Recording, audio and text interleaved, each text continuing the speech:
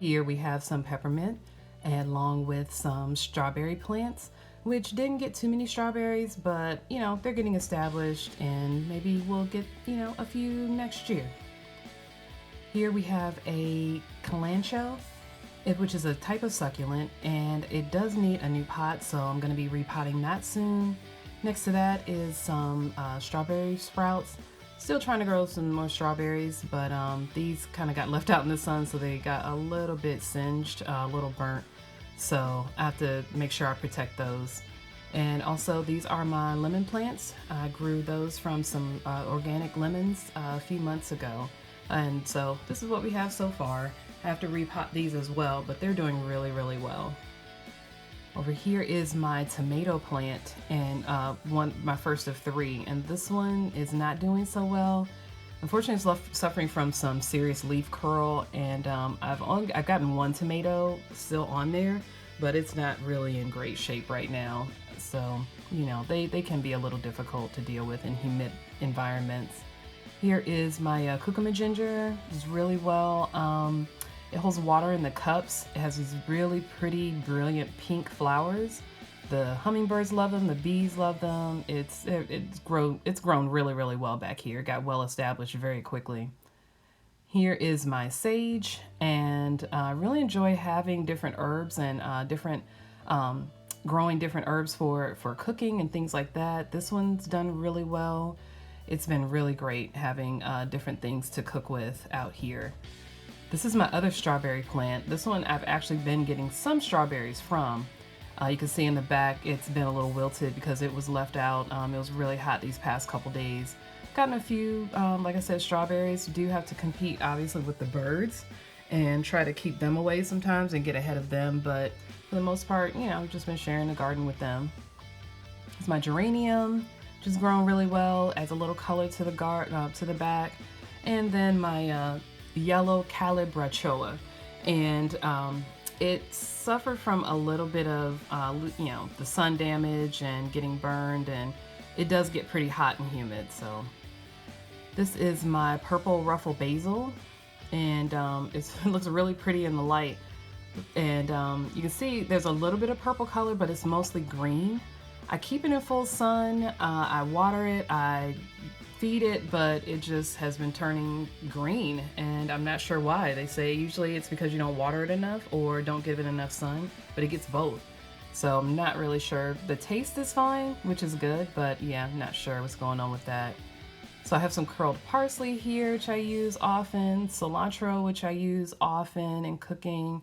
I have a pink calabrachoa, which is growing really well. I DIY'd that pot actually that it's sitting in. And that is my pepper plant. I have a red pepper plant, and I put that mat up because it wilts when it's really, really hot outside and really sunny. So I just put that up just to protect it from the afternoon sun. It's growing really well right there. That's some German thyme that I have, and unfortunately, because of the heat and everything, my 2 lavender plants that I left back here, they both have died. So yeah, not everything survives, and it's unfortunate. So this is my Christmas Carol aloe. It had a little bit of sun damage, and then once I moved it to a less sunny spot, I got this little sprout here. This little it started blooming this flower, so I thought that was really cool. And so this is the in-ground area. This is the watermelon area. Fortunately, that's all we got were watermelon plants. We didn't get any watermelon this year, so maybe next year we'll try to overwinter these, and maybe we'll get some next year. But yeah, so far all we got were plants, but this is a very shady spot. It didn't get much sun. Here we are at the in-ground boxes, and I have collard greens and muscadines here. I had the collard greens spread over both boxes, but ended up putting them all in this one box, and they've been growing really, really well. I got a tip from a couple of YouTubers about actually crowding collard greens together for better growth, and that's really worked out well. This is the other box that I had. Since I didn't really have anything else in it, I went ahead and just put a few of the herbs that I have in there. And this right here just kind of showing you what the box is actually how it's constructed. And so I put a couple of boards here just to keep everything stable. I have a couple of stakes there just so that I could use that middle part of that box for the blackberry plants. And that is, but all of that is going to end up changing. This is kind of what has worked for me this year. But as I've gone, been gardening and everything, I realized one thing I don't like having to do is climb into the boxes in order to prune them, in order to feed them, water them, things like that. So you see the stakes there. They're not, because the boxes aren't really lined up very well, I had to use these metal stakes to keep them kind of separated. And you can see that there because the bottom and the top boxes are not actually put together at all. As you can see, one is shorter than the other right here. I have some garlic there on the end that I planted in that smaller one. But yeah, they're not at all this uniform in how they were made. So yeah, as you can see, it's just some screws that's holding them together, so I can just unscrew them, cut them down. So I don't know if I'm going to do two long rows or just cut each box up into 4 and just have like a 1.5 feet between each one. So that's what I'm thinking about doing, splitting the boxes up into a bunch of multiple boxes, or cutting it lengthwise and having a walkway all the way down the middle and then using the boxes on either side.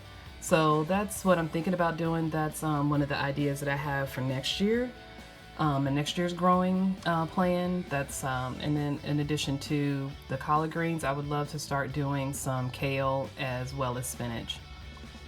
So here you can see the cannas, some sunflowers, and a whole lot of weeds. So it's been a battle trying to get rid of all these weeds, but everything has been growing really well. And as you can see, I actually had a tomato. I didn't even realize that was there until I was doing the filming today. And I ended up seeing that we have a tomato that's ready. So yeah, whole lot of weeds.